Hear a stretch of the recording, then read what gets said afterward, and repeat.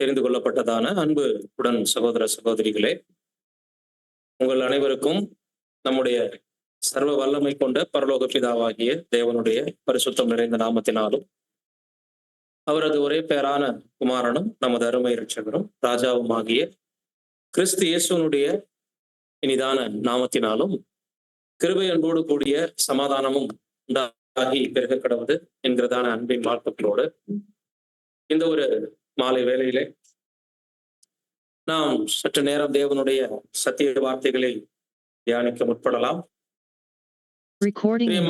கடந்த முறை நாம வந்திருக்கும் பொழுது உங்கள் மத்தியிலே சோர்வு புத்தகத்தினுடைய கன்க்ளூஷன் பார்த்து அந்த புத்தகத்தை நிறைவு செய்வோம். மீண்டுமாக அடுத்து ஏதேனும் ஒரு தொடர் ஸ்டடியை நம்ம ஆரம்பிக்கலாம்.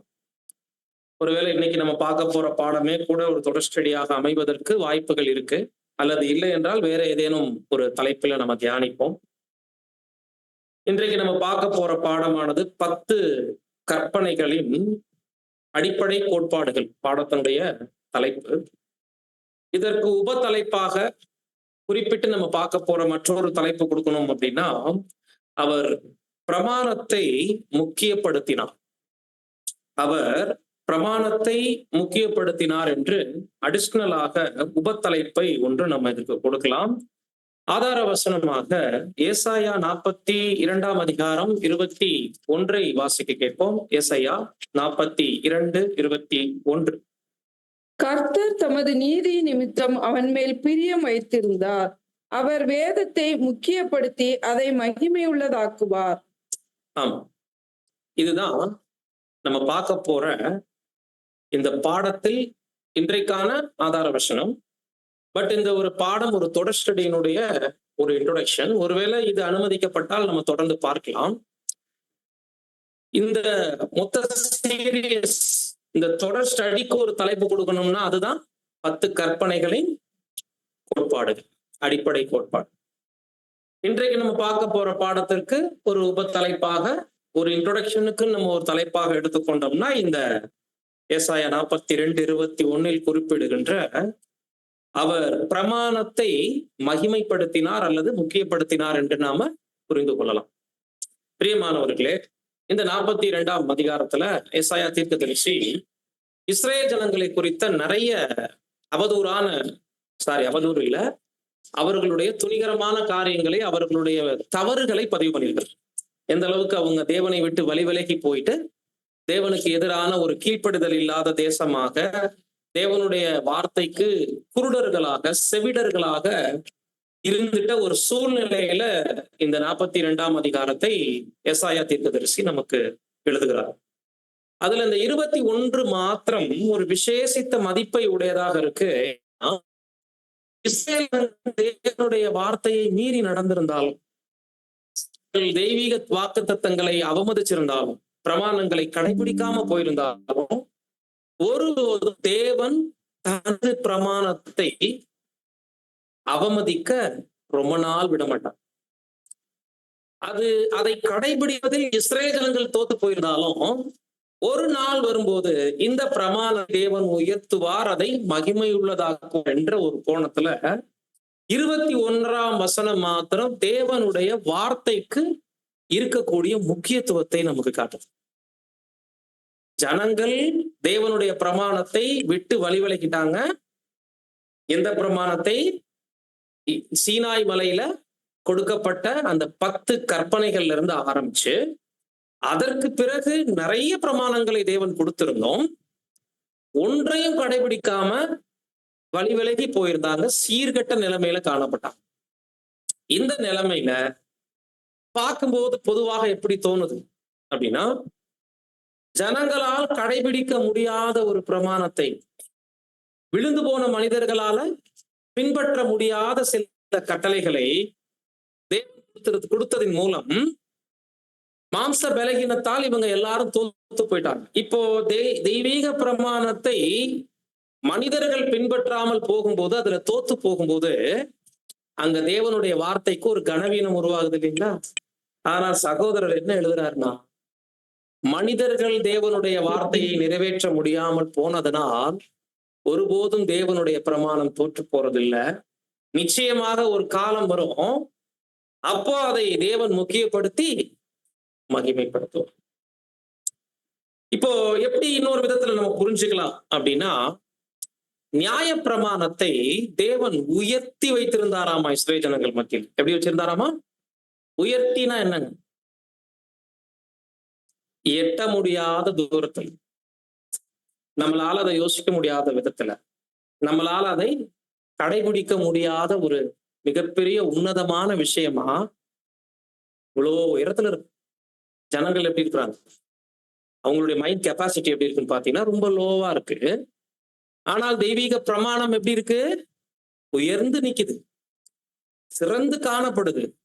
இப்ப விழுந்து போன மனிதர்களால் தெய்வீக பிரமாணங்களை என்ன பண்ண முடியல? பின்பற்ற முடியும். அப்ப இன்ட்ரோடக்ஷன்லயே பிரதர் என்ன சொல்றாங்கன்னா, இவ்விதமாக ஜனங்களால் கைவிடப்பட்டு பின்பற்ற முடியாமல் போன தெய்வீக பிரமாணத்தையே, ஜனங்கள் மத்தியில உயர்ந்து காணப்படக்கூடிய பிரமாணத்தையே தேவன் கனப்படுத்தி உயர்த்துவார் ஒரு மனிதனை கொண்டு. அந்த மனிதன் யாரு? கர்த்தராகிய இயேசு கிறிஸ்து. ஏன்னா மனிதர்களால் சாத்தியம் இல்லாமல் போன ஒரு விஷயத்தை ஒரு மனிதனை கொண்டே தேவன் என்ன பண்றாரு? சாத்தியமாக்குறார். ரெண்டு விதமா இதை பிரிக்கலாம் இந்த வசனத்தை. மீண்டும் படி ஆதார வசனத்தை 42:21, எசாயா 42:21. கர்த்தர் தமது நீதி நிமித்தம் அவன் மேல் பிரியம் வைத்திருந்தால் அவர் வேதத்தை முக்கியப்படுத்தி அதை மகிமை உள்ளதாக்குவார். முக்கியப்படுத்தி மகிமை உள்ளதாக்குவார்.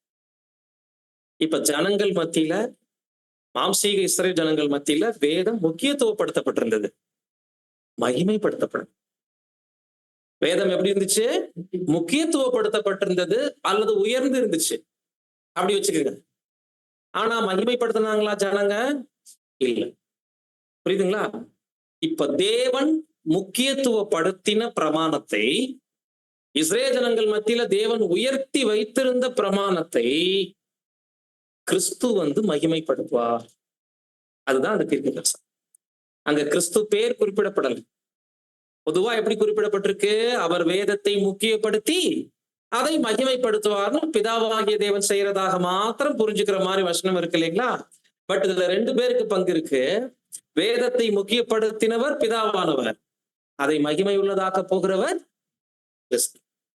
எப்படி அப்படின்னா, நியாயப்பிரமாணத்தை கடைபிடிக்க யாராக இருக்கணும்? மேக்சிமம் நியாயப்பிரமாணத்தை இஸ்ரவேல் ஜனங்கள் கடைபிடிக்க தவறியதற்கான காரணம் என்னன்னா, எல்லாரும் விழுந்து போனவர். ரோமர் 10ஆம் அதிகாரம் 5ஆம் வசனம். மோசே நியாய பிரமாணத்தினால் ஆகும் நீதியை குறித்து இவைகளை செய்கிற மனுஷன் இவைகளால் பிழைப்பான் என்று எழுதியிருக்கிறான். அப்படின்னா அவர் பிழைத்தாரா? மோசே பிழைச்சாரா? கட்டளையிட்டதே யார்தான்? நியாயப்பிரமாணங்களே. மத்தியஸ்தனாக இருந்து தேவனுடைய வார்த்தையை கற்பலகைகள்ல எழுதி, மேற்கொண்டு அடுத்தடுத்த பிரமாணங்களை தோர் சொல்கள்ல எழுதி, ஜனங்கள் கேட்க வாசித்து, ஜனங்களுக்கு ராப்பகலாக இந்த கட்டளைகளை வலியுறுத்திய நபர் கடைபிடிச்சாரா? ஒருவேளை கடைபிடிச்சிருந்தா இந்நாள் வரைக்கும் மோசே உயிருடன் என்ன பண்ணியிருந்திருக்கணும்? இருந்திருக்கணும். மோசே நம்ம மத்தியில இப்ப உயிருடன் இல்லை என்பதே எதை காட்டுது அப்படின்னா, இவைகளை செய்கிற மனுஷனே இவைகளால் பிழைப்பான் என்று சொன்ன அந்த தீர்க்கதரிசியே இந்த தீர்க்க தரிசனத்தை, இந்த வார்த்தைகளை என்ன பண்ண முடியல? பின்பற்ற, அதனுடைய மகத்துவத்தை புரிந்து தன் வாழ்க்கையில அதை நடைமுறைப்படுத்த, அதை மகிமையுள்ளதாக்க முடியும். 6th வால்யூம்ல 7வது அத்தியாயத்துல பிரதர் பேசும்போது, புது சிருஷ்டியினுடைய பிரமாணத்துல இஸ்ரவேல் ஜனங்கள் தோத்து போனாங்க. அதனால் நியாயப்பிரமாணம் ஒரு பரிபூர்ண மனிதனால் மாத்திரமே சாத்தியம் என்பது தெளிவாகிறது. கிறிஸ்து அதை நிறைவேற்றினதுனால அவர் ஒரு பரிபூர்ண மனிதன் என்பதும் தெளிவாகிறது. நியாயப்பிரமாணத்தை இஸ்ரவேல் ஜனங்கள் நிறைவேற்ற தவறுனாங்க, இதனால் அவர்கள் யாரும் பரிபூர்ணர்கள் இல்லை என்கின்ற ஒரு நிச்சயம் நமக்கு கிடைக்குது. கிறிஸ்து நிறைவேற்றினதுனால இதன் மூலம் அவர் ஆதாமுக்கு மாற்றாக வந்த ஒரு பரிபூர்ண மனிதன் என்பதும் நமக்கு ப்ரூவ் ஆகுது. அப்படிங்கிறது ரெண்டு நிலைகள் அதை நமக்கு கவனிச்சு சொல்றார். அப்ப விதமாக பார்க்கும் பொழுது பிரியமான சகோதர சகோதரிகளே, இந்த நியாய பிரமாணம் அநேக பாடங்கள்ல உங்கள் மத்தியில நம்ம சொல்லியிருக்கோம். முதலாவது எங்க கட்டளையிடப்பட்டது? நியாயப்பிரமாணம் முதல்ல எங்கே கொடுக்கப்பட்டது, எங்க கட்டளையிடப்பட்டது? முதல் நியாயப்பிரமாணம் நம்ம எதை சொல்லுவோம்? எல்லாரும் சேமா தவறான பதில் சொன்னீங்க. அப்படி காலக்கணக்கு பாடத்துல அப்படிதான் இருக்கு இல்லைங்களா? ஏன்னா அங்க இருந்துதான் நம்ம இஸ்ரேல் ஜனங்களை கணக்கு போடுறதுனால சொல்றோம். நியாயப்பிரமாணம்னா என்னங்கிறத யோசிச்சீங்கன்னா, மோசையை கொண்டு கட்டளையிடப்பட்டதை மட்டும் நியாயப்பிரமாணம்னு நம்ம புரிஞ்சிருக்க மாட்டோம். இதெல்லாம் புது சிருஷ்டியினுடைய பிரமாணம் 7வது அத்தியாயத்துல போய் செக் பண்ணிக்கங்க. இன்ட்ரோடக்ஷன்ல 3-4 பேஜ் படிச்சீங்கனாலே ரொம்ப தெளிவா அழகா கொடுத்திருக்காரு. ஆதாமுடைய உள்ளமே எழுதப்பட்டதை அந்த 10 கற்பனைகள் மாதிரி சொல்ல எழுதல, தோல் சுருகல்ல எழுதல, வாசிக்கப்படல. பரிபூர்ண மனிதனுக்கு மைண்டே ரெக்கார்டிங்கா இருந்துச்சு. அவருடைய உள்ளமே எழுத்து பலகையா இருந்துச்சு. இதை செய், இதை செய்யாத என்கின்ற 2 விஷயத்துல பரிபூர்ண மனிதனுடைய உள்ளத்துக்குள்ள டீப்பா எழுதியிருந்தாரா நியாயம். இதை சாப்பிட்டேன்னா உனக்கு மரணம், இதெல்லாம் சாப்பிடு உனக்கு ஜீவன், இதுக்கு கீழ்ப்படிந்தேன்னா தோட்டத்தை நீ சுதந்திரித்துக்கொள், எல்லாத்தையும் ஆளுகை செய், சகல ஜீவ ஜந்துக்களையும் மிருகங்களையும் ஆகாயத்து பறவைகளையும் ஆளுகை செய்யுங்கிற ராஜரீக அந்தஸ்து. தவறுனே அப்படின்னா பூமி உனக்கு சபிக்கப்படும், முள்ளும் குறுக்கும் முளைப்பிக்கும் தண்டனையும் சொல்லியிருந்தார் இல்லைங்களா? இந்த 2 தானே எல்லா நியாயப்பிரமாணத்திலையும் இருக்கு. இப்ப இது 2 இருக்கு இல்லைங்களா? இது செஞ்சா இந்த ஆசீர்வாதம், இதுல தவறுனேனா தண்டனைங்கிற 2 மேட்டர் இருக்கு இல்லைங்களா? எல்லா பிரமாணத்துக்குள்ளயும் எதுதான் அடங்குது? 2 விஷயம். இதை செஞ்சாங்கன்னா அவங்களுக்கு ஆசீர்வாதம். இப்பொழுதும் என் வாக்கை உள்ளபடி கேட்டு என் உடன்படிக்கையை கைகொள்வீர்களானால் நீங்களே எனக்கு ஆசாரிய ராஜமும் பரிசுத்த ஜனமும் சொந்த சம்பத்துமா இருப்பீங்க. என் வாக்கை விட்டு விலகுனீங்கன்னா உங்களை மறுபடியும் விரோதிகள் கையில கொடுப்பேன், நீங்க அதுக்கான தண்டனை வாங்குவீங்க. இவ்வளவுதானே இஸ்ரேல் ஜனங்களுக்கு கொடுக்கப்பட்ட நூற்றுக்கணக்கான பிரமாணங்கள். 613 பிரமாணங்கள்ல என்னதான் அடங்குது? அவ்வளவுதான். 2 5. சரி, அப்ப நம்ம கேட்கலாம், இவங்களுக்கு மட்டும் ஏன் பக்கம் பக்கமா, அவருக்கு மட்டும் ஏன் 2 லைன்ஸ் அப்படின்னு கேட்டீங்கன்னா, விழுந்து போன மனிதனுக்கு தான் விவரங்களை பட்டியலிட வேண்டிய கட்டாயம் வந்தது. விழுந்து போன மனிதனுக்கு தான் விவரங்களை பட்டியலிட வேண்டிய அவசியம் வந்தது. பர்ஃபெக்ட் மேன் என்று சொல்லக்கூடிய ஒரு மனிதனுக்கு காரியங்களின் கூட்டுத்தொகை சொன்னா போதும், அந்த லிமிட்டை சொன்னா போதும். இவ்வளவுதான். ஒரே ஒரு வித்தியாசம் மட்டும்தான் ஆதாமுக்கு, எக்ஸ்பீரியன்ஸ் இல்லை, அனுபவ அறிவு இல்லையே தவிர தான் செய்யக்கூடாது, இதை செய்யணும், இதை செய்யக்கூடாது அப்படிங்கிற விஷயத்த மனசுல பதிய வைக்கிறதுக்கு அவருக்கு எந்த சிரமமும் இல்லை. மரணம் என்பது அழிவுங்கிற வரைக்கும் அவருக்கு தெரியும். ஆசீர்வாதம்ங்கிறது எப்படி இருக்குங்கிறத அனுபவிச்சிருக்கிறார் உயிரோடு இருந்த வரைக்கும் இல்லைங்களா? ராஜரீக ஒரு ஆசீர்வாதத்தையும் அவர் அனுபவிச்சிருக்கிறார். எனவே விழுந்து போன மனிதனுக்கு தான் பிரமாணங்களை, நீ இதை செய், இதை செய்யாத, இதை செய், இதை செய்யாது. காலையில தூங்கி எழுந்திரிச்சா எப்படி எந்த திசையில நைட்டு கால் நீட்டி படுக்கணுங்கிறதுல இருந்து ஆரம்பிச்சு காலையில எழுந்திருந்து பிரஷ் பண்றதுல இருந்து மறுபடியும் நைட் தூங்குற வரைக்கும் பிரமாணங்கள் அவங்களுக்கு ஏன் கொடுக்கப்பட்டது? குறிப்பா இதுல பிராயச்சித்தம் இருக்கு, கவனிச்சிங்களா? மத்தியஸ்தன் இருக்காரு இல்லைங்களா? இது 2மே ஏதேன் தோட்டத்துல இல்ல, கவனிச்சிங்களா? நியாயப்பிரமாணம் இஸ்ரேல் ஜனங்களுக்கு கொடுக்கப்படும் போது மீடியேட்டர் இருக்கிறார், மத்தியஸ்தன் இருக்கிறார். இதுல தவறுனா அதுக்கு பிராயச்சித்தம் செய்யுங்கன்னு கூடவே பலிகளை என்ன பண்ணிருக்கிறார்? பாவ நிவாரணங்களை கொடுத்துட்டே வராருங்களா, குற்ற நிவாரணங்களை. இதுவே எதை வெளிப்படுத்துது அப்படின்னா, நாமெல்லாம் விழுந்து போனவர்கள் என்பதையும், இஸ்ரேல் ஜனங்கள் தொடங்கி நம்மெல்லாம் விழுந்து போனவர்கள் என்பதையும், ஆதாம் பரிபூர்ண மனிதனா இருந்தனால அவருக்கு மத்தியஸ்தம் வைக்காம தேவன் நேரடியா பேசியிருக்காரு. கவனிச்சிங்களா? அதே நேரத்துல அந்த இடத்துல நீ இதை செஞ்சேன்னா அதுக்கு பரிகாரம் இது நீ ஏவாலும் இப்படி ஒரு காளையை பிடிச்சிட்டு வந்து பலி செலுத்துங்க, ஒரு ஆட்டுக்கடாவை பலி சொல்லிருக்கலாம் இல்ல, ஏன் சொல்லல அப்படின்னா, ஒரு பரிபூர்ண மனிதனால் இது சாத்தியம் என்று பொருள். பரிபூர்ண மனிதன் நியாயப்பிரமாணத்தை கடைபிடிக்கக்கூடிய கெப்பாசிட்டி அவருக்கு இருக்கிறதுனால பரிகாரத்தை பத்தி என்ன பண்ணல, சொல்லல. நடுவரையும் வச்சு தேவன் என்ன பண்ணல, பேசவும். சரி, இஸ்ரேல் ஜனங்கள் நியாயப்பிரமாணத்துக்கு கீழானவர்கள், சரிங்களா? நாம எல்லாம் முழு மனுக்குலமும் நியாயப்பிரமாணத்துக்கு கீழ்பட்டவங்களா அல்லது இல்லையான்னு கேட்டா நம்ம என்ன பதில் சொல்லலாம்? புறஜாதிகள் எல்லாருமே நியாயப்பிரமாணத்துக்கு உட்பட்டவர்கள் சொல்லலாமா கூடாதா? சொல்லலாம்னு சொல்றாரு பிரதர். வேற பதில் எப்படி சொல்லலாம்? எதன் அடிப்படையில நாமெல்லாம் நியாயப்பிரமாணத்துக்கும் உட்பட்டவர்கள் என்று சொல்லலாம்? சப்ஜெக்ட கேட்டுட்டு சொல்றீங்க. கரெக்டா? வீடியோ கேட்டீங்கல்ல, கரெக்டா சொல்லிட்டார். மனசாட்சி படிங்க. ரோமர் 5ஆம் அதிகாரம் 14ஆம் வசனம்.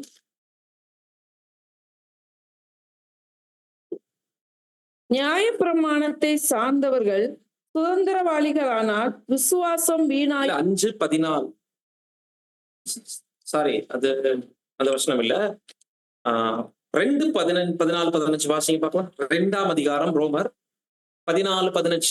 அன்றியும் நியாயப்பிரமாணம் இல்லாத பிரஜாதிகள் கவனிச்சுங்க வசனத்தை. இப்ப புறஜாதிகளை எதோட லிங்க் பண்றாரு? நியாயப்பிரமாணம் இல்லாத புறஜாதிகள். இதுல யாரும் வந்துடுறாங்க? நாம அங்கதான் இருக்கோம். நம்ம யார்தான் இஸ்ரவேல் ஜனங்களுக்கு? புறஜாதிகள். சுபாவமாய் நியாயப்பிரமாணத்தின்படி செய்கிற போது நியாயப்பிரமாணம் இல்லாத அவர்கள் தங்களுக்கு தாங்களே நியாயப்பிரமாணிகளாய் இருக்கிறார்கள். கவனிச்சிங்களா? அப்பாவுக்கு கொடுக்கப்பட்ட நியாயப்பிரமாணம் உள்ளத்துக்குள்ள இருந்துச்சு. அதை அவர் மீறிட்டார். யாரு? ஆதாம். அவருக்கு பிறக்கிற பிள்ளைங்க பூரா எதுல பிறக்கிறாங்க? இப்போ கீழ்ப்படியாமையில பிறந்தாலும் ஒரு காலத்துல அவருடைய உள்ளத்துல எழுதப்பட்ட நியாயப்பிரமாணம் இப்ப அவருக்கு பிறக்கிற பிள்ளைகளுக்கு வந்துட்டு இருக்கும் இல்லைங்களா? அதை என்ன சொல்றாருன்னா, முழுமையாக இவங்களால பின்தொடர முடியலனாலும் கூட மனிதனுக்கு இது சரி இது தவறு என்று உணர்வுகள் மூலமாக அவங்க மனசாட்சி பேசுது இல்லைங்களா? இதுலயே எல்லா மனிதரும் நியாயப்பிரமாணத்துக்கு கீழே இருக்கிறோம்னு சொல்ல வர. கவனிச்சிங்களா? குறிப்பா சட்ட திட்டங்கள் கடுமையாக்கப்பட்டதுனால யூதர்களை நியாயப்பிரமாணத்துக்கு கீழானவர்கள் நம்ம வேறு பிரிச்சு சொல்றோம். அவங்க பலிகளுக்கு கீழே இருந்தாங்க, மோசே மத்தியஸ்தம் பண்ணாரு, அவங்க முழுக்க முழுக்க தேவனுடைய சொந்த ஜனங்களா தேவன் எடுத்துக்கிட்டனால நியாயப்பிரமாணத்தை அவர்களுடையது நம்ம பகுக்கிறோம். ஆனா நியாயப்பிரமாணத்தை உற்று கவனிச்சீங்கன்னா ஒரு ஜாதிகளுக்கும் கூட மனசாட்சியில இது சரி இது தவறுங்கிற ஒரு உணர்ச்சி இருக்குது இல்லைங்களா? அதுதான் நீதி, அதுதான் நியாயப்பிரமாணம். மனசாட்சிக்கு பயந்து கொஞ்சமாவது சொல்லுங்க. இந்த இப்ப இன்னைக்கு நடந்துட்டு இருக்கிற மிகப்பெரிய ஒரு 2 நாளா போயிட்டு இருக்கிற ஒரு மாபெரும் ஒரு கொலை போலீஸ்காரங்க செஞ்சுட்டாங்க, போயிட்டு இருக்கு இல்லைங்களா? ஒரு கோயில் காவலாளி. எல்லா ஜனங்களும் கொந்தளிக்கிறாங்க. கவனிச்சிங்களா? மனசாட்சியே இல்லையா? முதல் கேள்வி எங்க வருது? அப்ப கடவுளை ஏமாத்துறாங்க.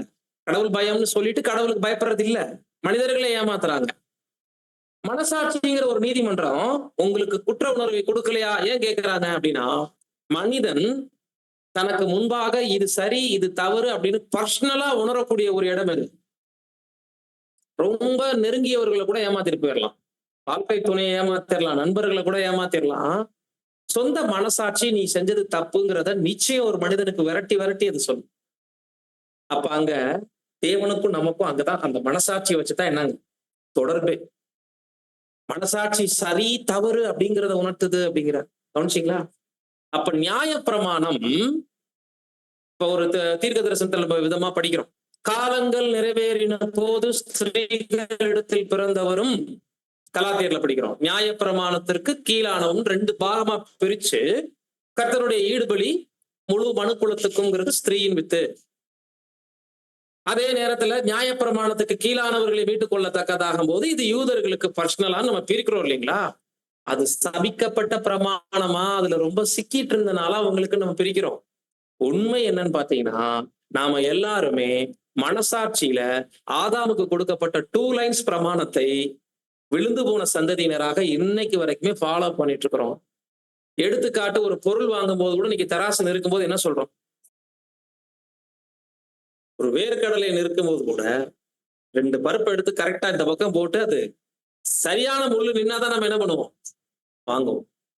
கொஞ்சம் இந்த பக்கம் தட்டு தொங்குச்சுன்னா என்ன பண்ணுவோம்? ஏமாத்திட்டாரு அப்படி சொல்லிட்டு உங்களுக்கு எல்லாம் மனசாட்சியே இல்லையா? அப்படி கேட்கிறோம் இல்லைங்களா?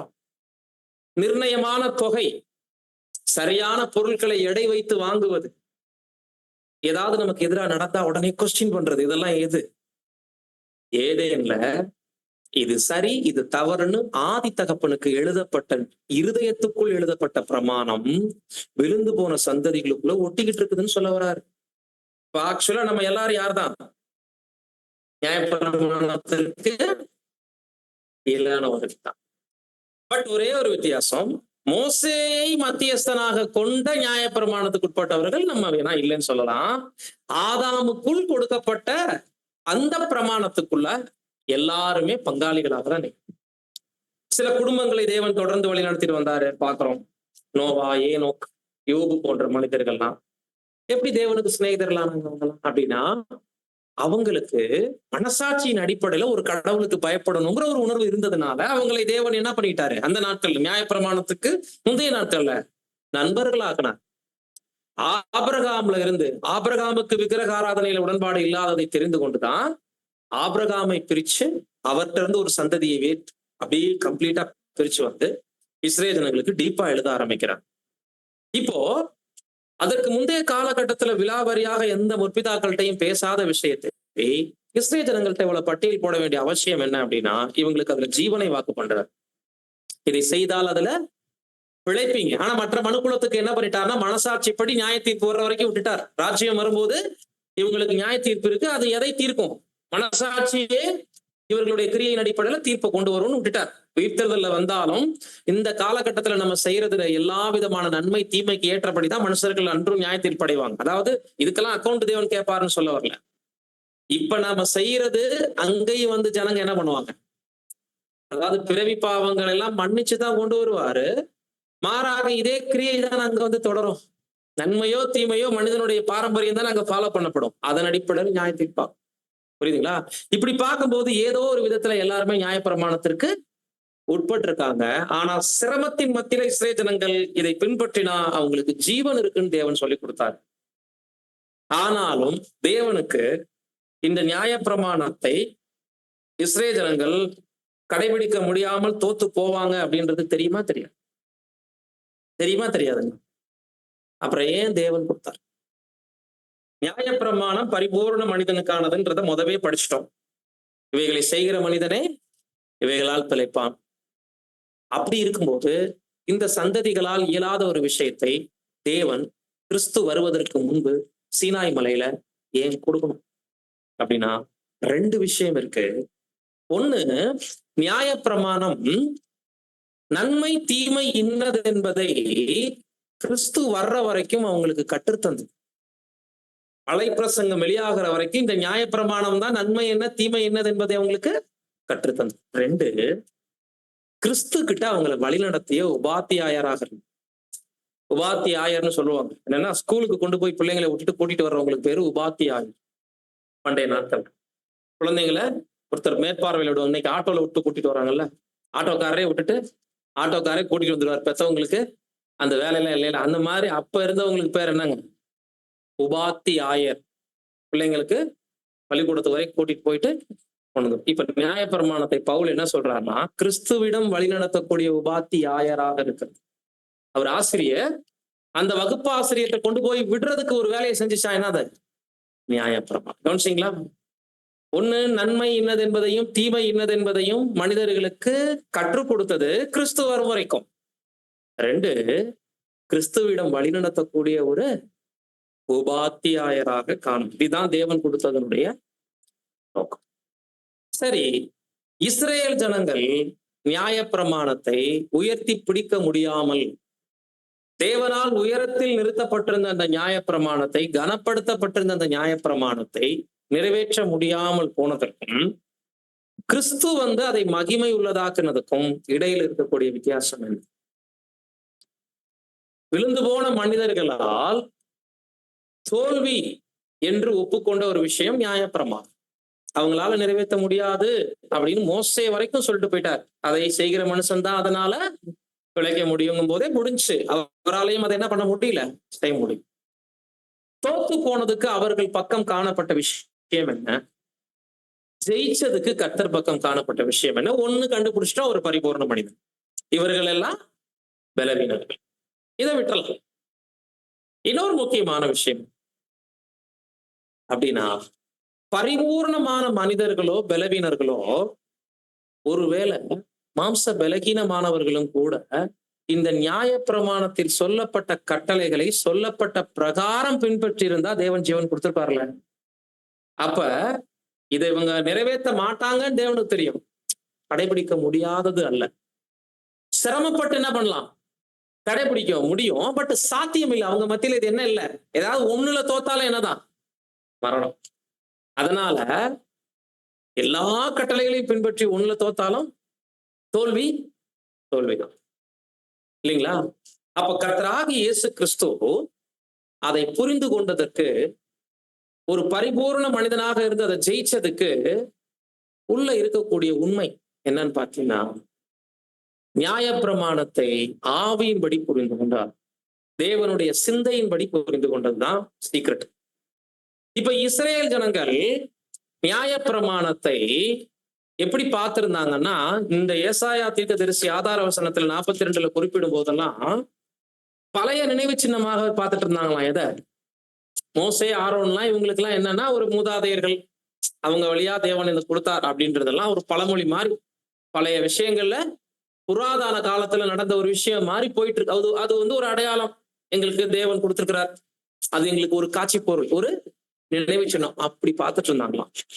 இதுலயே என்ன தெரியுதுன்னா, இஸ்ரேல் ஜனங்கள் யாரும் எழுத்தை தெய்வீக சிந்தையாகவும் நோக்கமாகவும் பார்க்கல.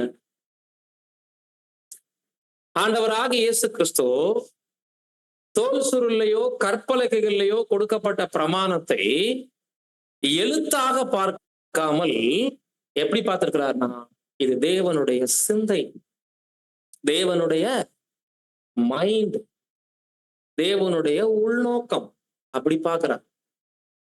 இஸ்ரேல் ஜனங்கள் ஸ்கூல்ல பசங்க அட்டென்ஷன்ல நிப்பாங்கல்ல பிரேயர் போகும்போது, அது என்ன நோக்கத்துல நிப்பாங்க தெரியுமா? எல்லாருமே நம்ம ஸ்கூல்ல படிச்சிருக்கோம். அந்த காலையில கடவுள் வாழ்த்து பாடும் போதும் சரி, ஈவினிங்ல வந்து தேசிய கீதம் பாடும் போதும் சரி, எந்த குழந்தைகளாவது பயபக்தியோடு நிக்குமா, இல்ல வீட்டுக்கு போகணும் அடுத்த செகண்ட் அந்த பிரேயர் முடிஞ்சவனே ஓடணும்னு நினைப்பாங்களாம். யாராவது இந்த நீராறும் கடல் உடுத்த அப்படின்னா என்ன அர்த்தம், அதை என் உள்ளத்துக்குள்ள வச்சிருக்கிறேன்னு சொல்லிட்டு பாடிட்டு இருப்பாங்க. எந்த குழந்தையாவது பாடுமா? ஜனகண மனதில அப்படி இருக்கும்.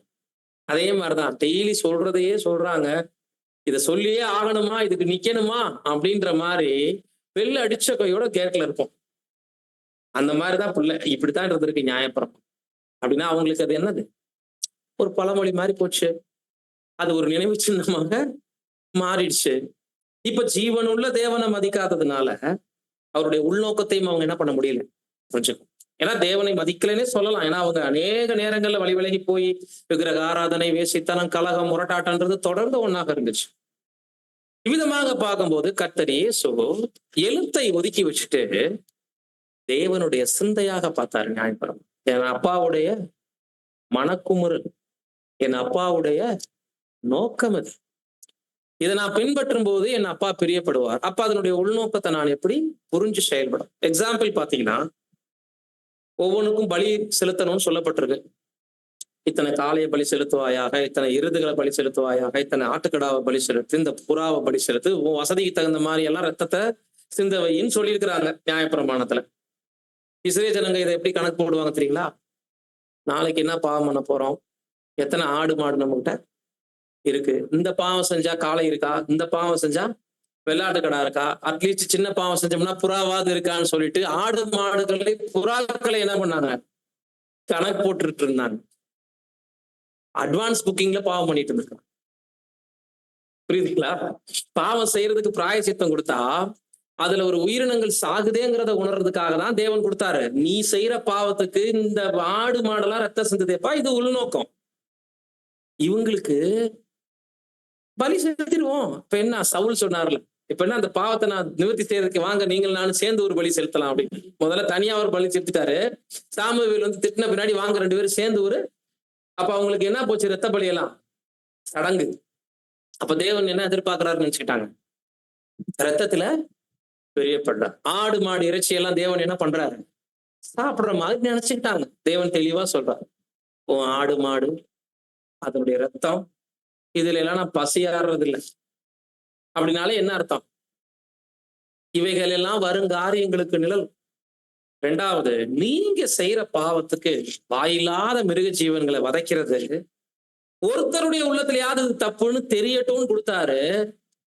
இவங்க பூரா அந்த ஏகோத்தை கட்டிக்கிட்டு கறிக்கடையில நீங்க நிக்கிறாங்கல்ல, ஞாயிற்றுக்கிழமையில பாத்தீங்கன்னா பிராய்லர் கோயில் கடையிலையும் சரி, மட்டன் ஸ்டால்லையும் தொங்க விட்டுட்டு, அப்படித்தான் பிரதான ஆசாரியெல்லாம் இருந்திருக்கிறார். வேலையே என்னவா இருந்திருக்கு, ஆசரிப்பு கூடாரத்து கிட்டக்க போனா எப்படித்தான் இருக்கும், வெளியே ஃபுல்லா கறிக்கடை வாசனை தான் இருக்கும், உள்ளதான் தூபம், வெளியில ரத்த ஆறா ஓடிட்டு இருக்கும். அவ்வளோ ஆடு மாடு கழுத்த இருக்கிறது தான் வேலை, பகில் பண்ணிக்கிட்டே இருக்கிறது வேலை, அந்த இதுல பலிபீடத்துல வச்சு தகனிச்சுக்கிட்டே இருக்கிறது வேலை. தான் தேவன் பிரியப்பட்டு கொடுத்த நோக்கம்.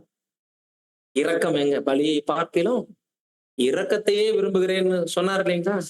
அந்த இரக்கம் ஒருத்தருடைய உள்ளத்துல இல்லை. இப்ப ஆண்டவருடைய மைண்ட் மெச்சூரிட்டி எப்படி இருக்குன்னா, உயரத்துல இருக்கிற நியாயப்பிரமாணத்தை உயர்த்துவதில் குறியா இருந்தது. இவங்களுக்கு கடமைக்கு இதை செஞ்சியா இப்படி வந்து பேசுவாங்கப்பா. ஓய்வு நாள் ஆச்சே, உங்க சீசர்கள் கருதை எப்படி கொஞ்சம் கொய்து சாப்பிட போச்சு. இப்ப பசியாடுறது முக்கியமா, ஓய்வு நாளுங்கிறது முக்கியமா? எது அன்பு, எது இரக்கம்? அதான் கேட்டார். பலியை பார்க்கிலும் இரக்கத்தையே விரும்புகிறேன்றது உங்களுக்கு சொல்லலையா? ஓய்வு நாள்ல உங்கள்ல யாராவது ஒருவருடைய ஆடு மாடு குழியில விழுந்தா தூக்கி விட மாட்டீங்களா அப்படின்னு ஏன் கேட்டார்னா, மத்தவங்க ஆடு மாடு விழுந்தா அவங்க தூக்க விட மாட்டாங்க. ஏன்னா நியாயப்பிரமாணத்துல ஓய்வு நாள்ல என்ன பண்ணக்கூடாது, ஒரு வேலையை செய்யக்கூடாதுன்னா, இன்னொருத்தவங்களுடைய ஆடு மாடு விழுந்தா நிச்சயம் அவங்க என்ன பண்ண மாட்டாங்க, தூக்க விட மாட்டாங்க. இப்ப உங்களுடைய ஆடு மாடுன்னு சொன்னா கண்டிப்பா அவங்க பொருளை என்ன பண்ணுவாங்க, தூக்குவாங்க. இப்படி நியாயப்பிரமாணத்தையும் தீர்க்க தரிசனத்தையும் படிங்க. மத்தேயு 5:17 மலை பிரசங்கத்துல பதிவு பண்றாரு அந்த வார்த்தையை. நியாய பிரமாணத்தை ஆனாலும் தீர்க்க தரிசனங்களை ஆனாலும் அழிக்கிறதற்கு வந்தேன் என்று எண்ணிக்கொள்ளாதேயுங்கள், அழிக்கிறதற்கு அல்ல நிறைவேற்றுகிறதற்கே வந்தேன். அழகா சொல்லிட்டாரு. அவர் பேசுறது பூரா, பேசிட்டு இருக்கிற விஷயங்களும் இனிமேல் பேச போற விஷயங்களும் எல்லாமே யூதர்களுக்கு எப்படி தெரியும்? நியாயப்பிரமாணத்திற்கு எதிரடையானது. அங்க எப்படி சொல்லப்பட்டிருக்கு மோசேயின் பிரமாணத்துல? இவர் வந்து இப்படி சொல்லிட்டு இருக்கிறாரு. இப்படிதான் தெரிய போகுது. அதுக்கு ஒரே வார்த்தையில சொல்றாரு, உங்க பார்வைக்கு அழிக்கிறதுக்கு வந்த மாதிரி நான் தெரிவேன், ஆனால் நான் என்ன செஞ்சிட்டு இருக்கேன்னா உண்மையிலேயே அழிக்கிறதுக்கெல்லாம் வரல, நிறைவேற்ற வந்திருக்கிறேன். நிறைவேற்றுதெல்லாம் உங்களுக்கு எனக்கு ஒரு சில வித்தியாசம் இருக்கு. அப்படின்னா இவைகளை பூரா நீங்க ஒரு ரோபோட் மாதிரி இருந்துட்டு எழுத்துக்களா பாத்தீங்க. எழுத்து கொல்லும், ஆவியே உயிர்ப்பிக்கிறோம். தேவனுடைய வார்த்தை நமக்குள்ள கொழுந்து விட்டு எரியணும். அதனுடைய தன்மைகளோடு நம்ம புரிஞ்சுக்கணும். தேவன் என்ன நோக்கத்தோட கொடுத்தாரோ அந்த நோக்கத்தோட புரிஞ்சுக்கணும்னா அதற்கு தேவனுடைய ஆவி வேணுமா? அதைத்தான் சொல்றாரு. எழுத்தின் வடிவில புரிஞ்சுட்டீங்கன்னா அது கொல்லும். நியாயப்பிரமாணத்துல என்ன இல்லை? ஜீவன் இல்லை, மரணம் தான் இருக்கு. சபிக்கப்பட்ட பிரமாணம்னே சொல்றாரு பவுல் இல்லைங்களா? நியாயப்பிரமாணத்தை ஒரு இடத்துல ஆவியை உயிர்ப்பிக்கும்னா சிந்தை, தேவனுடைய உள்நோக்கத்தை பாரு. இப்படி நியாயப்பிரமாணத்தை அவர் நிறைவேற்றும் போது தொடர்ந்து வேத பாரகர்கள் வந்து வந்து வந்து வந்து பல டார்ச்சர் பண்ணாங்க, பலவிதமான டார்ச்சர் பண்ணாங்க, தப்பாவே புரிஞ்சுட்டு. இப்போ நியாயப்பிரமாணத்தை கர்த்தர் இயேசு நிறைவேற்றுவதில் ஒரு சாவி இருக்கு. தேவனுடைய சிந்தையை புரிஞ்சுக்கிறோம்னு சொல்றோம். அந்த சிந்தையை புரிஞ்சுக்கிறதுக்கு ஒரு கீ இருக்கு. அந்த கீ தான் என்ன? மத்தேயு 22 36 தொடங்கி 40 முடிய வாசம். போதகரே, நியாய பிரமாணத்திலே எந்த கற்பனை பிரதானமானது என்று கேட்டான்.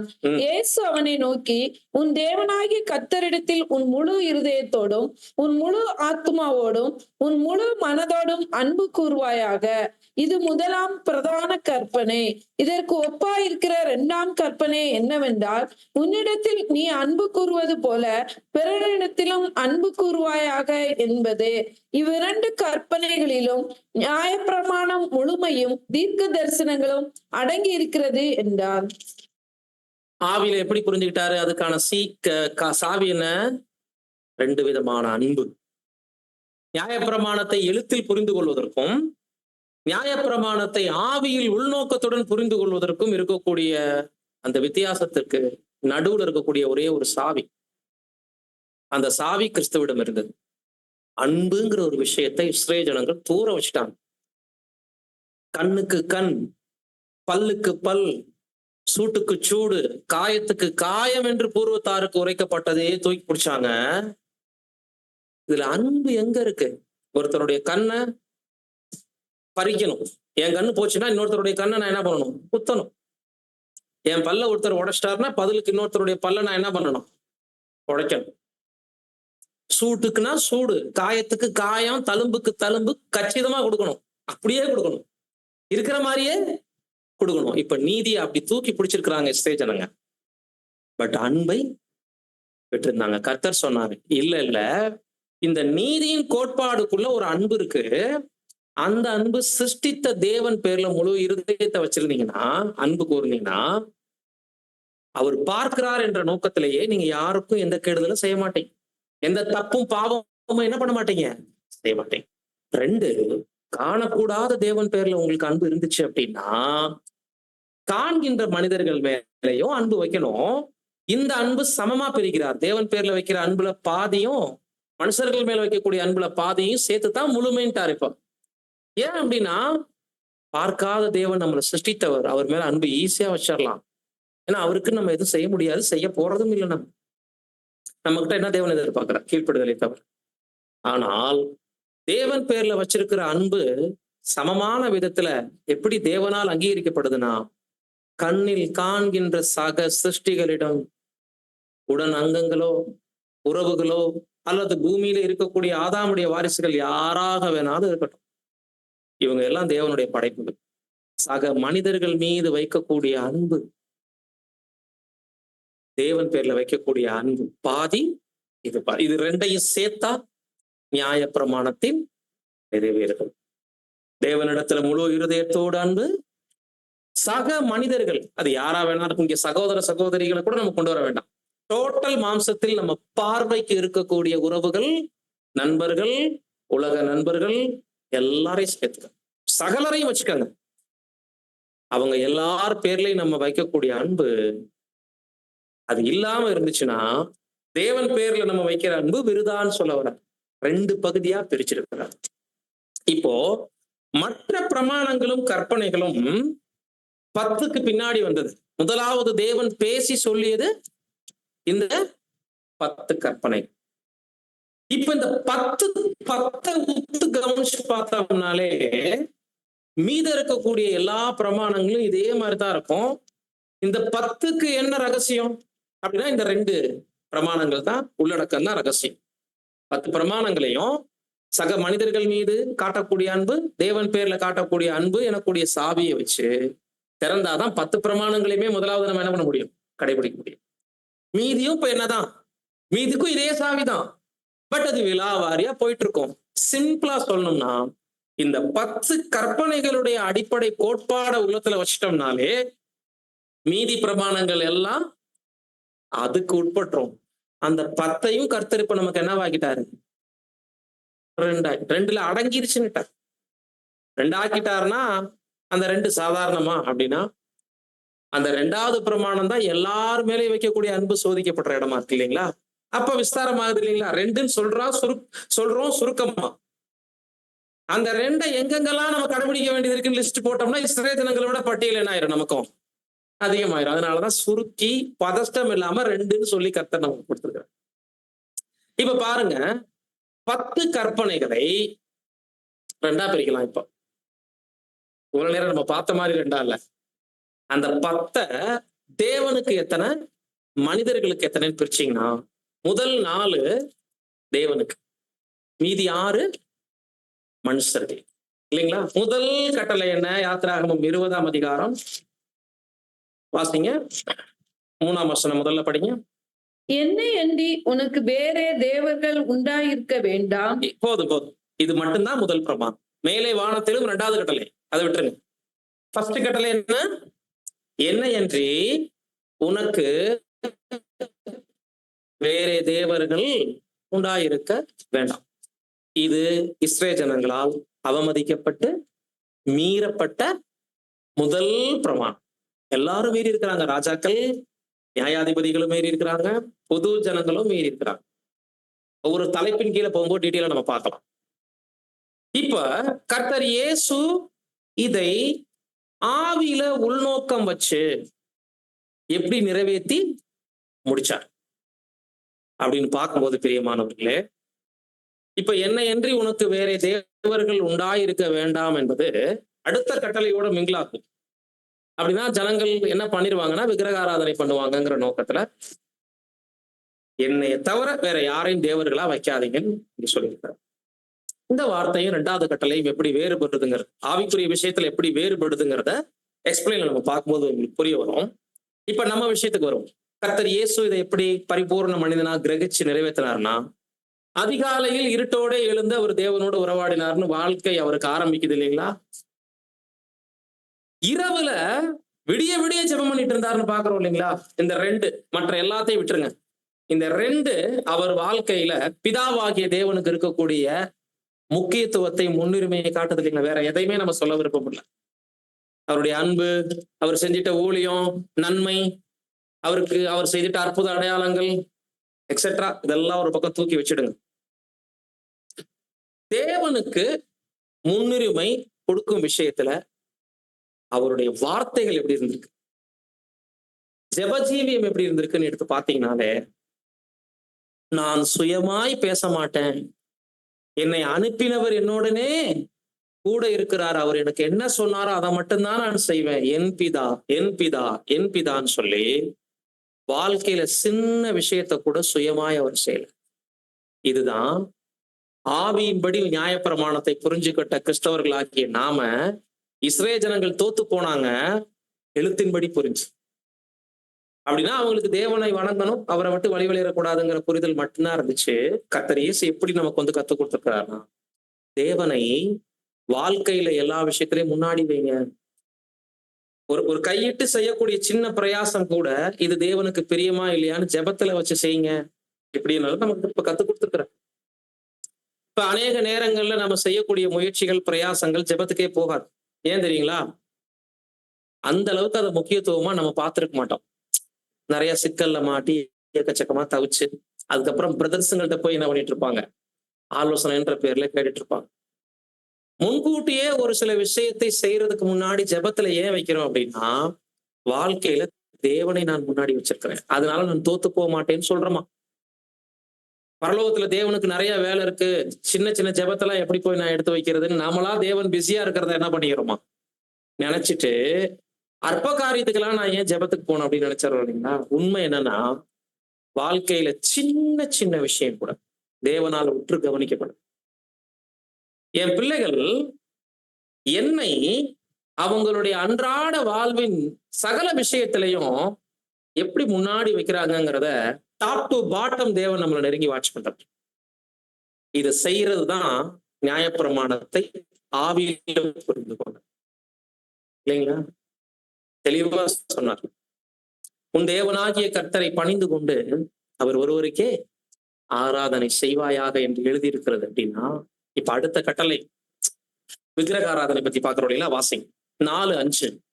மேலே வானத்திலும் கீழே பூமியிலும் பூமியின் கீழ் தண்ணீரிலும் உண்டாயிருக்கிறவைகளுக்கு ஒப்பான ஒரு சொர்பத்தை ஆகிலும் யாதொரு விக்கிரகத்தை ஆகிலும் நீ உனக்கு உண்டாக்க வேண்டாம். பாருங்க, என்ன என்று உனக்கு வேற தேவர்கள் உண்டாயிருக்க வேண்டாம் அப்படிங்கிறதோட இந்த கட்டளை இணைக்கலாம் இல்லைங்களா? ஏன் இது ரெண்டாவது கட்டளையா மாறுச்சு அப்படின்னா, வாழ்வில் எல்லா இடங்கள்லையும் தேவனுக்கு முக்கியத்துவம் கொடுக்கணுங்கிறதுல முதல் கட்டளை தலை சிறந்து நிக்குது.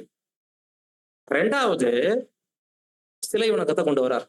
அப்படின்னா, என்னை நீங்க பார்த்ததில்லை, என் வடிவம் என் ரூபம் எப்படி இருக்கும்னு நினைச்சு ஒரு கற்பனை உருவத்தை நீங்க பண்ணிடக்கூடாது. பண்ணிட்டா என்ன நடக்கும்னா, அந்த உருவம் தான் நானும் நினைச்சிட்டு இருப்பீங்க.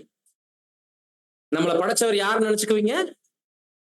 இப்ப இன்னைக்கு எல்லாரும் பண்ணி வணங்குறாங்கல்ல. ஏன் நம்ம ஜனங்களே, இஸ்ரேல் ஜனங்களே முதல் கன்றுக்குட்டியை வணங்குறதுல என்ன தெரிவிச்சாங்க? எகிப்திலிருந்து நம்மளை வழிநடத்தின தேவர்கள் இவர்கள் தான் சொல்லி என்ன பண்ணாங்க? கன்றுக்குட்டியை வணங்கினாங்களே. அப்ப அவங்க என்ன எதிர்பார்த்ததை பண்ணாங்க அப்படின்னா, நாம ஆராதிக்கிறோம்னா அந்த கடவுளுக்கு என்ன இருக்கணும்?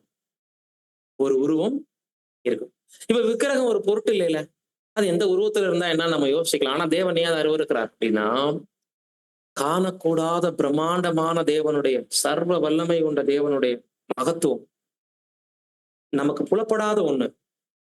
ஏதேனும் ஒரு உருவத்துக்குள்ள வச்சுட்டீங்கன்னா, கண்களை மூடுனா அந்த உருவம் தான் வந்து நிற்கும். இப்ப யார வணங்குவோம்?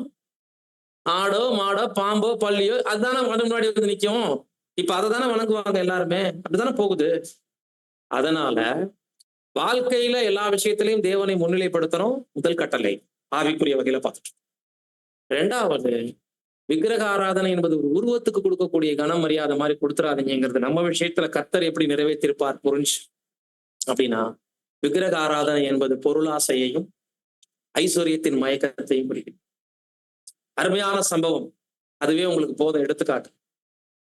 ராஜ்யத்தையும் சர்வ மகிமையையும் உனக்கு காண்பித்து, சாத்தான் காண்பித்து, கர்த்தருக்கு காண்பித்து எல்லாத்தையும் தர்றேன், தாழ விழுந்து என்னை பணிந்து கொண்டு சொல்லும் போது என்ன பதில் பண்ணார்? அங்க வச்ச வஞ்சனை என்ன? ஐஸ்வர்யம் அப்படின்னா பொருளாசை, பதவி ஆசை, எக்ஸெட்ரா நீங்க போட்டுங்க. உலகத்தையே தர்றேன்ட்டாரு சாத்தான். இப்போ விக்கிரக ஆராதனையை டீப்பா கர்த்தர் எப்படி பார்த்திருக்காரு கவனிச்சிங்களா? அப்படின்னா, உன் தேவனாகிய கர்த்தரை பணிந்து கொண்டு அவர் ஒருவருக்கே ஆராதனை செய்வாயாகங்கிற இந்த வார்த்தை சாத்தானோட நடந்துட்ட இந்த டிஸ்கஷன்ல ஏன் பயன்படுத்தலாம்? இது நேரடி உரையாடல் இல்லை, அதெல்லாம் உங்களுக்கு தெரியும், அதுல நம்ம போக விருப்பப்படல. விக்கிரக ஆராதனைக்கு சொல்லக்கூடிய ஒரு பதிலை பொருளாசை வரக்கூடிய, ஐஸ்வர்யத்தின் மயக்கம் வரக்கூடிய இடத்துல ஏன் சொன்னான்? அப்ப விக்கிரக ஆராதனையை கர்த்தர் புரிஞ்சுக்கிட்ட விதம் என்ன கவனிச்சிங்களா? இஸ்ரேல் ஜனங்கள் புரிஞ்சுக்கிட்ட விதம் என்ன? அது நேரடியா சிலையை வணங்கக்கூடாது, அவ்வளவுதான். கர்த்தர் புரிஞ்சிருந்தாரு மனிதர்களுக்கு ஒரு புகழ்ச்சியாக சில நேரங்கள்ல பாராட்ட கொடுக்கும், தலைவர்களை விரும்புவோம் இல்லைங்களா? இது கூட ஒரு விக்கிரகாரம். படைத்தவருடைய இடத்துல மனிதர்களை சிலர் தூக்கி வச்சிருப்பாங்க. அவர் சொன்னா உட்காருவாங்க, அவர் சொன்னா நிற்பாங்க, இப்படி எல்லாம் சிலர் இருப்பாங்க. அது கூட விக்கிரக ஆராதனை. ரசல் எழுதியிருக்கிறார். பணங்காசுக்கு முக்கியத்துவம் கொடுத்தீங்கன்னா அது விக்கிரக ஆராதனை. விளையாட்டில் மோகம் கொண்டு உங்களுடைய நேரத்தை உலகத்துல வீணா செலவு பண்ணீங்கன்னா அந்த விளையாட்டை நீங்க ஆராதிக்கிறீங்க. இப்படி பல விஷயங்களை சொல்லிட்டே போறார். அதுல கர்த்தர் அருமையா நமக்கு சொல்லியிருக்கிறார். ஐஸ்வர்யத்தை நீ காண்பிக்கிறியா? தேவனை பணிந்து கொண்டு அவர் ஒருவருக்கே ஆராதனை செய்வாங்கிறத நான் புரிஞ்சிருக்கிறேன்ப்பா நியாயப்பிரமாணத்துல. கவனிச்சிங்களா? இதுதான், இப்படிதான். முதல் கட்டளை தேவனுக்கு வாழ்க்கையில எல்லாம் முன்னுரிமையும் கொடுக்கணும். இரண்டாவது கட்டளை தேவனுக்கு கொடுக்கக்கூடிய கனத்தையும் மகிமையும் புகழ்ச்சியையும் மனுஷனுக்கோ பொருளாதாரத்துக்கோ வேற எந்த சக்திகளுக்கோ என்ன பண்ணிடாதீங்க, கொடுத்துடாதீங்கிறது ஆவியின்படி கர்த்தர் புரிஞ்சுக்கிட்ட இரண்டாவது சீக்ரெட். மூணாவது நம்ம அங்க பாக்குறோம், வசனம் 7, யாத்திராகமம் 20:7. உன் தேவனாகிய கர்த்தருடைய நாமத்தை வீணிலே வழங்காதிருப்பாயாக. கர்த்தர் தம்முடைய நாமத்தை வீணிலே வழங்குகிறவனை தண்டியாமல் விடார். இப்ப தேவனுடைய பேரை சும்மா சொல்லிட்டு இருக்காதீங்க, அதான் அதனுடைய அர்த்தம் இல்லைங்களா? இஸ்ரேல் ஜனம் ஏதாவது தப்பு பண்ணிட்டு கூட தேவனுடைய நாமத்தை சொல்றது அல்லது பேரை சும்மா உச்சரிக்கிறது இதெல்லாம் பண்ணுவாங்க இஸ்ரேல் ஜனம். அதனால பேர் கெடும்படி என்ன பண்ணிடாத, வழங்காதன்னு ஒரு அர்த்தம் எடுத்துக்கலாம். அல்லது தேவனுடைய நாமத்தை அவமதிப்பாக அடிக்கடி உங்க வாயில் என்ன பண்ணாதீங்க, சொல்லாதீங்க, இப்படியும் எடுத்துக்கலாம். இப்ப கர்த்தர் இயேசு நியாயப்பிரமாணத்தினுடைய உள்நோக்கத்தை புரிந்தவராக மூணாவது கட்டளையை எப்படி கடைபிடிச்சிருப்பார்? தேவனுடைய நாமத்தை வீண்ல வழங்குறதுன்னா என்ன, எப்படி புரிஞ்சிருப்பார் அப்படின்னு பாத்தீங்கன்னா, தேவனுடைய நாமத்திற்கு அவப்பெயர் உருவாக்கும்படி ஏற்படும்படி நடந்து கொள்வதல் தேவனுடைய நாமத்தை வீண்ல வழங்குறது. இப்ப நம்ம தேவனுடைய பேரை சும்மா சும்மா சொல்லுவோமா?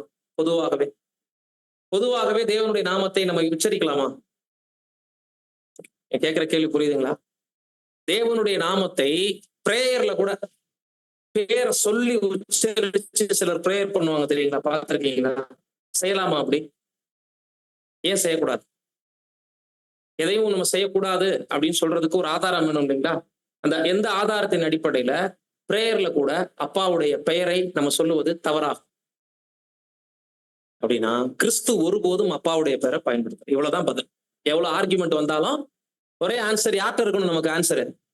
குமாரன்ட்ட இருக்கணும். குமாரன் வந்துதான் அப்பாவை நமக்கு வெளிப்படுத்தி இருக்கிறாருங்க போது கடைசி பிரேயர்ல நம்ம பாக்குறோம் இல்லைங்களா? யோவான் 17ஆம் அதிகாரம் பிரேயர் வரைக்கும் எந்த இடத்துலயாவது தந்தை அப்பாங்கிறத தவிர தேவனுடைய பரிசுத்தமான நாமத்தை மரியாதை நிமித்தம் கூட அவர் பயன்படுத்தல. உண்மையா இல்லைங்களா? 100 டைம் பிதான் இருக்காரு, அப்பான் இருக்காரு, ஆனால் பேசவே இல்லை பேர. இதெல்லாம் நம்ம கவனிக்கப்பட வேண்டிய விஷயம். இப்ப போய் அப்பா கிட்ட ஒரு உதவி கேட்கும் போது, ஒரு பையன் ஃபீஸ் கட்டுறதுக்கு வந்து பையன் காலையில கேட்டான், என் பேரை சொல்லியா பணம் கேட்டான் என்கிட்ட. அப்ப நமக்கு எப்படி இருக்கும்? பேரை சொல்லி பணம் கேட்டான். ஸ்கூல்ல ஃபீஸ் கட்டணும், முத்து பணத்தை எடு அப்படின்னா எனக்கு எப்படி இருக்கும்? நான் என் பையனை என்ன செய்வேன்? அப்ப எனக்கே என்ன வருது? மரியாதை எதிர்பார்க்கறது இல்லைங்களா? அப்ப ஜெபத்திலேனாலும் கூட ஏன் அப்பாவுடைய பேரை போய் சொல்லி ஆகணும்னு ஏதாவது இருக்கா சொல்லுங்க. இதை சிலர் தவறு பண்றாங்க, தொடர்ந்து பிரேயர்ல பண்ணுவாங்க. இது ஒரு பக்கம், இதை விட்டுருங்க. ரெண்டாவது, தேவனுடைய நாமத்தை வீண்ல வழங்குறது அப்படின்னா, இப்ப நாம உலகத்துல யாருக்கும் கிடைக்காத ஒரு சத்தியத்துல இருக்கிறோம். இன்னைக்கு நாம ஒரு தவறு பண்ணோம்னா உலக ஜனமும் குற்றம் சொல்லும், கிறிஸ்தவ மண்டலமும் சொல்லும். குறிப்பா நம்ம சொந்தக்காரங்க எல்லாம் கிறிஸ்தவங்களா இருப்பாங்க. வாரம் பூரா பைபிள் படிக்குது, கிளாஸ்ன்னு போகுது. நம்மளாவது ஞாயிற்றுக்கிழமை மட்டும் போறோம். வாரம் பூரா போகுது. எப்ப பார்த்தாலும் அவங்க வீட்டுல சண்டை, வாயை திறந்தாலே பொய், கணவன் மனைவிக்குள்ள என்ன இல்ல, ஒற்றுமை இல்ல. அவங்க வீட்டுல எப்ப பார்த்தாலும் டிவி சினிமா சத்தம். இப்படி பேர் எடுத்து கொடுத்தோம்னு வச்சுக்கோங்க, இதுதான் யாருக்கு அவ பேர் உண்டாகும். டக்குன்னு யார்கிட்ட போவாங்க தெரியுமா? நம்மளை விட்டுருவாங்க. இதுதான் உங்க கடவுள் உங்களுக்கு சொல்லி கொடுத்தா, நல்லது சொல்லி கொடுத்ததெல்லாம் விட்டுருவாங்க. கடவுள் என்னதான் நமக்கு கடவுள் சண்டை போட சொல்லி கொடுத்தாரான்னு கேட்டுட்டு இருப்பாங்க. டக்குன்னு யாரை பிடிச்சி இழுத்துருவாங்க. அப்ப இஸ்ரேல் ஜனங்கள் ஒரு தப்பு பண்ணாலும் யார் நாம மகிமைப்படும், யார் நாம அவமதிக்கப்படும்? தேவனுடைய நாமம். ஒருவேளை அவங்க நன்மை செஞ்சாலும் யாரை புகழ்ந்து பேசுவாங்க? பிரஜாதி. ஐயோ பயங்கரமான தேவனாச்சே அவங்க தேவன் சொன்னாங்களா இல்லைங்களா? எகிப்துக்கு இப்படி செஞ்ச தேவனாச்சே. அப்ப நல்ல சாட்சியும் வந்துட்டு இருந்துச்சு. அதே நேரம் இஸ்ரேல் புத்திரர் தப்பு பண்ணாங்கன்னா யாருடைய பேர் கட்டுச்சு? இந்த மாதிரி இன்னைக்கு தேவனுடைய வார்த்தையை இன்னைக்கு கேட்டு சத்தியத்துக்குள்ள இருக்கக்கூடிய நாம உலகத்துல வேறு பிரிக்கப்பட்ட ஜனங்க கொஞ்சம் பேர் தான் இருக்கிறோம். தனியா தெரியும், நம்ம பேசுனா குத்தம், நம்ம பார்த்தா குத்தம்னு ஒரு கூட்டம் நம்மளை பிடிச்சிட்டு இருக்கோம். எப்ப டக்குன்னு கேட்கும், இதுக்கு தான் நீங்க போய் பைபிள் கிளாஸ் படிக்கிறீங்களா, வாரம் பூரா இதுக்கு தான் சபைக்கு போறீங்களான்னு கேட்பாங்க இல்லைங்களா? அப்படி நாம என்ன செஞ்சாலும் நம்மளை படைச்சவருக்கு, உண்மை கடவுளுக்கு அவ பேர் லைஃப்ல வந்துடக்கூடாதுங்கிறத கர்த்தர் இயேசு தெரிந்து அதை நிறைவேற்றணும். ஒரு இடத்துல கூட அவர் நீதி செஞ்சு கூட என்ன சொன்னாங்கன்னா, தேவதூஷணம் சொல்றேன்னு சொன்னாங்க. அதை கூட அவரால் தாங்கிக் கொள்ள முடியல. அவர்கிட்ட எந்த குற்றமும் செஞ்சு சொல்லலையே. அவர் சொன்னது பூரா நீதி. அதுலயே அவர் என்ன சொல்லிட்டு இருந்தாங்க, இவன் தேவதூஷணம் சொல்லுகிறான். ஆனா ஒருபோதும் அப்பாவுக்கு எதிராக அவர் அந்த பேரை வாங்கி, சோ அதை தெரிந்து அவர் நிறைவேற்றினதை நம்ம பார்க்கிறோம். 4வது பிரமாணம் 8 வாசிங்க. ஓய்வு நாளை பரிசுத்தமாய் ஆசரிக்க நினைப்பாயாக. 6 நாளும் நீ வேலை செய்து உன் கிரியைகளை எல்லாம் நடப்பிப்பாயாக. 7ஆம் நாளோ உன் தேவனாகிய கர்த்தருடைய ஓய்வு நாள். அதிலே நீ ஆனாலும் உன் குமாரன் ஆனாலும் உன் குமாரத்தி ஆனாலும் உன் வேலைக்காரன் ஆனாலும் உன் வேலைக்காரி ஆனாலும் உன் மிருக ஜீவன் ஆனாலும் உன் வாசல்களில் இருக்கிற அந்நியன் ஆனாலும் யாதொரு வேலையும் செய்ய வேண்டாம். இது இன்னைக்கு பாத்தீங்கன்னா கிறிஸ்தவர்கள் மத்தியில இஸ்ரேல் ஜனங்கள் ஒரு பக்கம் விட்டாங்க, இந்த ஓய்வு நாளை இப்ப என்னான்னு பிடிச்சுக்கிட்டாங்க கிறிஸ்தவங்க. 7th டேக்காரங்க சனிக்கிழமை அவங்களுக்கு என்ன ஓய்வு நாள், அன்னைக்குதான் தேவன் ஓய்ந்திருந்தாருன்னு சொல்லிட்டு என்ன பண்றாங்க, அதைத்தான் என்ன பண்றாங்க 7ஆம் நாள்னு நாங்க ஆசரிக்கிறோம்னு. இந்த ஓய்வு நாள்ல அவங்க வைராக்கியம். நம்ம ஆளுங்களா பெந்தகோஸ்தே விசுவாசிங்க பாத்தீங்கன்னா, ஞாயிற்றுக்கிழமை யாராவது செத்தா கூட பணத்தை நடு வீட்டுல வச்சுட்டு ஆராதனைக்கு போயிட்டு வந்தா பணத்தை தூக்குறது.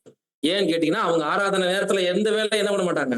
ஏன்னா ஞாயிற்றுக்கிழமை என்ன ஓய்வு நாள்னா பரிசுத்த ஓய்வு நாள். நம்ம பிரதர்சங்களே சில நேரத்துல ஜெபத்துல பரிசுத்த ஓய்வு நாளை ஆசீர்வதித்து தரும் தேவனைம்பாங்க. ஞாயிற்றுக்கிழமை என்ன ஓய்வு நாளா? பரிசுத்த ஓய்வு நாள். இது ரொட்டேஷனா பார்க்க முடியுது அநேக இடத்துல. சொல்லாமா ஞாயிற்றுக்கிழமைய பரிசுத்த ஓய்வு நாள்னு சொல்லாமா? சொன்னா என்ன தவறு அப்படின்னா, நியாயப்பிரமாணத்தினுடைய தாக்கம் நம்ம கிட்ட என்ன பண்ணிட்டு இருக்குது, தொடர்ந்துட்டு.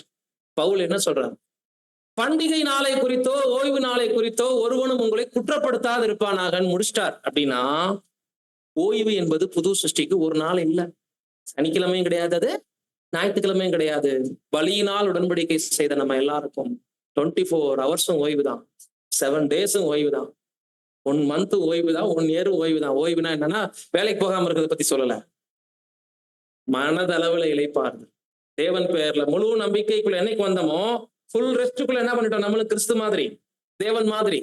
தேவன் கிறிஸ்து மேல நம்பிக்கை வச்சு இப்ப ஓய்ந்து இருக்கிறார் இல்லைங்களா?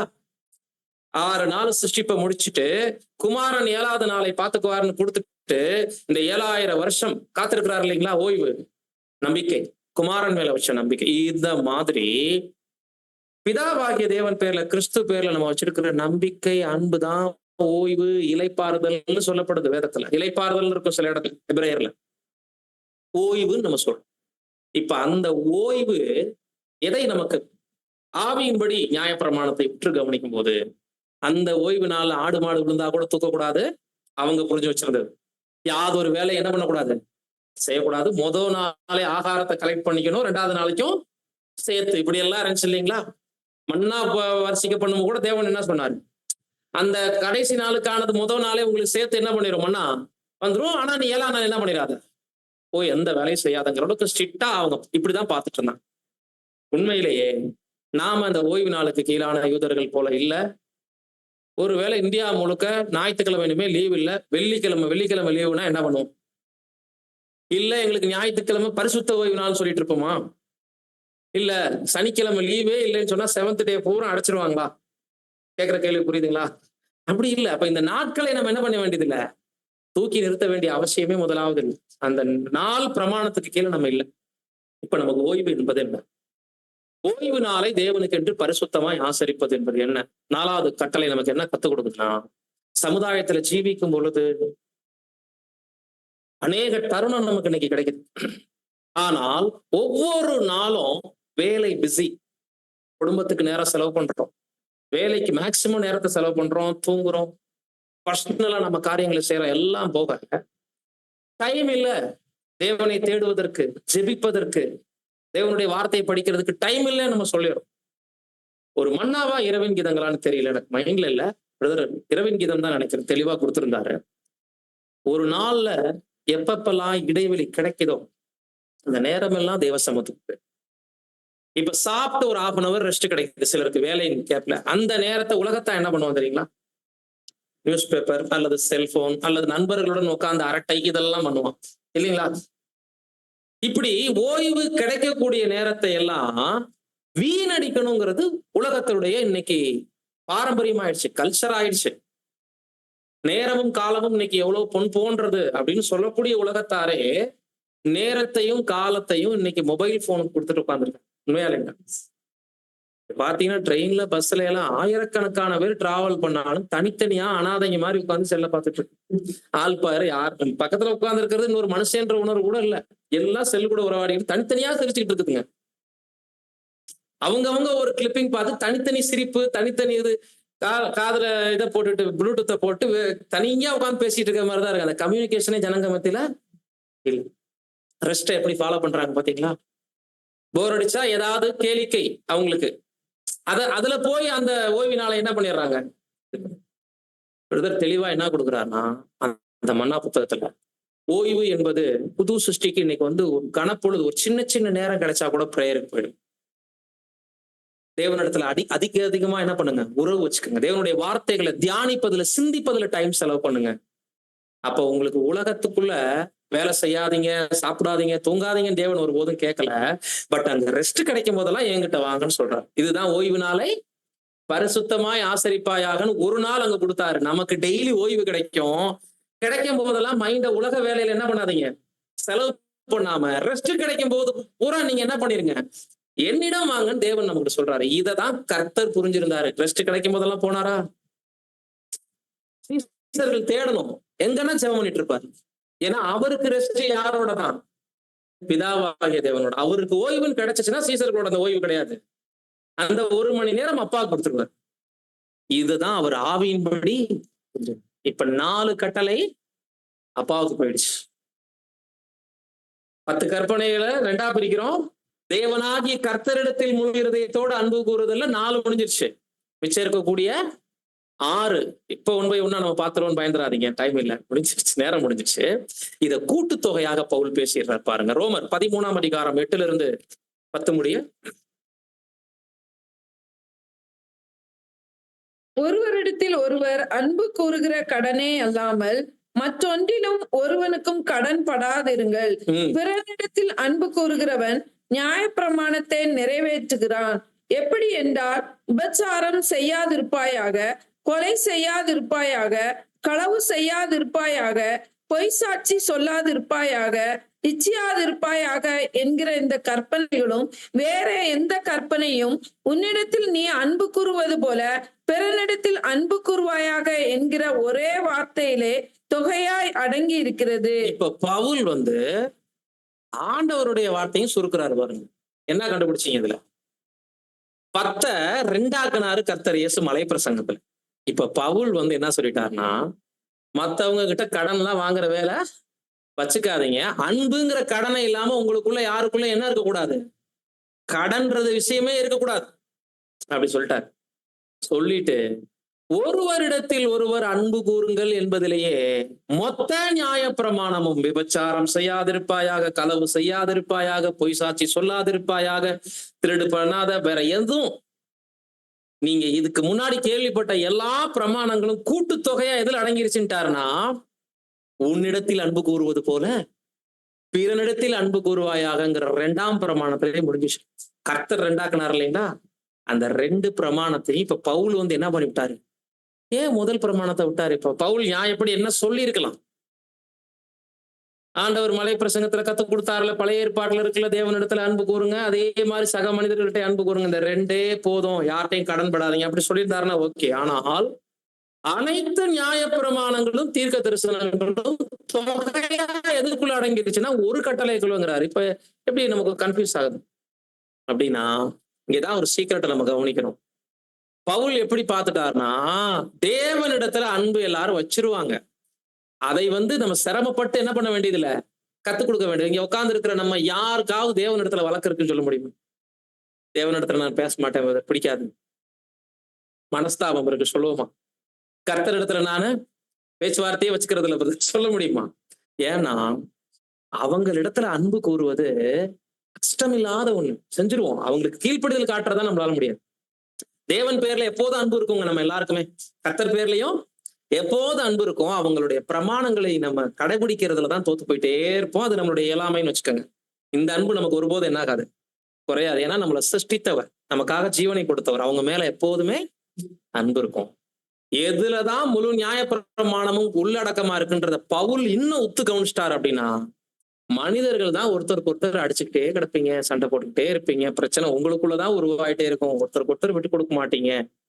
அப்படின்னா அன்பு சக மனிதர்கள்ல காட்டுங்க, கடன் படாதீங்க. ஒருவருக்கு ஒருவர் அன்புங்கிற கடனை மட்டும் வச்சுக்கோங்க. பொய் சாட்சி சொல்லாதிருப்பாயாக, விபச்சாரம் செய்யாதிருப்பாயாக, களவு செய்யாதிருப்பாயாக, பிறனுக்கு உண்டானதை யாதொன்றையும் நீ இச்சியாதிருப்பாயாக. அனைத்து பிரமாணங்களும், இதுக்கு பின்னாடி சொல்லப்பட்ட ஏனைய பிரமாணங்களும் பிறர் மேல காட்டக்கூடிய அன்புல தொகையாய் அடங்கிடுச்சுன்றதை இங்க முடிச்சு வச்சுட்டார். 4 மலை பிரசங்கத்துல இருந்து நம்ம பார்த்தோம் இல்லைங்களா? ஆண்டவர் இயேசு அவருடைய மைண்ட்ல இப்படித்தான் வச்சிருந்திருப்பாருங்கிற ஒரு நோக்கத்துல பார்த்தோம். மலை பிரசங்கத்துக்குள்ள கூட போகல. மிச்சம் 6 கூட்டுத்தொகையா பவுல் என்ன பண்ணிட்டாரு? டீப்பாலாம் நீங்க போக வேண்டாம், ஒவ்வொன்றுக்குள்ள போகாதீங்க, சிம்பிளா சொல்றேன் பாருங்க. கொலை எதனால நடக்கும்? மத்தவங்க மேல உள்ள அன்பு இல்ல. உபச்சாரம் ஏன் நடக்கும்? பிறர் மேல அன்பு இல்லாதனால. மத்தவங்களுக்கு உண்டானதை ஏன் இச்சிக்கிறீங்க? மத்தவங்க மேல அன்பு இல்லாததுனால. இப்படி எல்லா குற்றத்துக்கும் பின்புலத்துல என்ன இல்லைன்னா, கண்ணில் காணக்கூடிய மனிதர்கள் மீது என்ன இல்ல? அன்பு இல்ல. பாருங்க, இத பவுலுடைய வார்த்தை அப்படியே ஆண்டவருடைய வார்த்தை அங்க இணைக்குது பாருங்க. 5ஆம் அதிகாரம் மலை பிரசங்கத்துல மத்தேயு 21-22 வாசிங்க. மத்தேயு 5:21-22.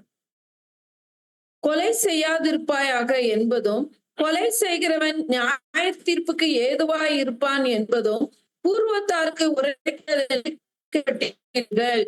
கரெக்டா அட்டாச் பண்றாரு 6 பிரமாணத்தை. மேல 4 பிரமாணத்தை நம்ம அங்க பார்த்துட்டோம், டைரக்டா பார்த்துட்டோம், வசனங்களுக்குள்ளேயே போகல. ஆண்டவர் இப்படிதான் நிறைவேற்றிருப்பாருன்னு பார்த்துட்டோம். இங்க கரெக்டா எந்த இடத்துக்கு நம்மளை கொண்டு வந்து விடுறாரு? 6வது கட்டளையாக கொலை செய்யாதிருப்பாயாக என்று கேள்விப்பட்டிருப்பீங்க, நான் உங்களுக்கு சொல்கிறேன்.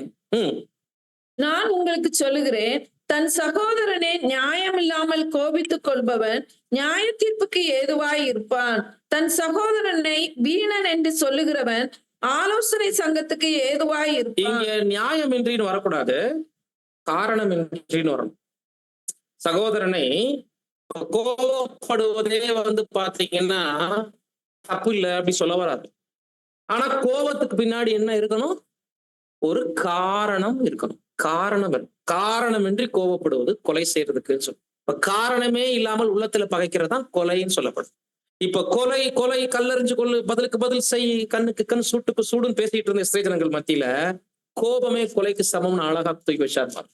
ஒருவேளை உங்ககிட்ட நியாயம் இல்லைன்னா, அதுல எந்த ரீசனும் இல்லாம ஒரு சகோதரன் மேல பகை, விரோதம், கசப்பு உள்ளத்துக்குள்ள வளர்ந்துட்டே இருந்துச்சுன்னா கொலைக்கு இது மேலன்னு தூக்கி வச்சிட்டார். 7வது பிரமாணத்தையும் பேசுறாரு பாருங்க. 27ஆம் வசனம், 28ஆம் வசனம். மத்தேயு 5, 27, 28. விபச்சாரம் செய்யாதிருப்பாயாக என்பது பூர்வத்தாருக்கு உரைக்கப்பட்டதென்று கேள்விப்பட்டிருக்கிறீர்கள்.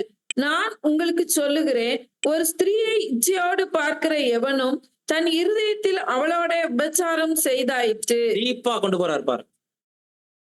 கிரியை பத்தியே யோசிக்காதீங்க. கொலை அது கிரியை, விபச்சாரம் அது கிரியை. நான் உங்களுக்கு சொல்றேன், கிரியை இல்லாமலே பாவம் எப்படி நடக்கும் அப்படி கொண்டு போறார். நியாயப்பிரமாணத்தை எழுத்திலும் ஆவியிலும் புரிஞ்சுக்கிறதுக்குள்ள வித்தியாசம் எதுதான்? சரீரத்துக்குட்பட்டு நீங்க பாவம் செய்யறீங்க, அதைத்தான் நியாயப்பிரமாணத்தின் மீறுதல் நினைச்சுக்கிறீங்க. கொலைனா சரீரத்துல பண்ணுவது, விபச்சாரம் என்பது சரீரத்துல பண்ணுவது, அப்படி புரிஞ்சுக்கிறீங்கப்பா. இல்ல, சிந்தையிலேயே விபச்சாரம் பண்ணலாம், அது உங்களை முழுக்க தீட்டுப்படுத்திடும்.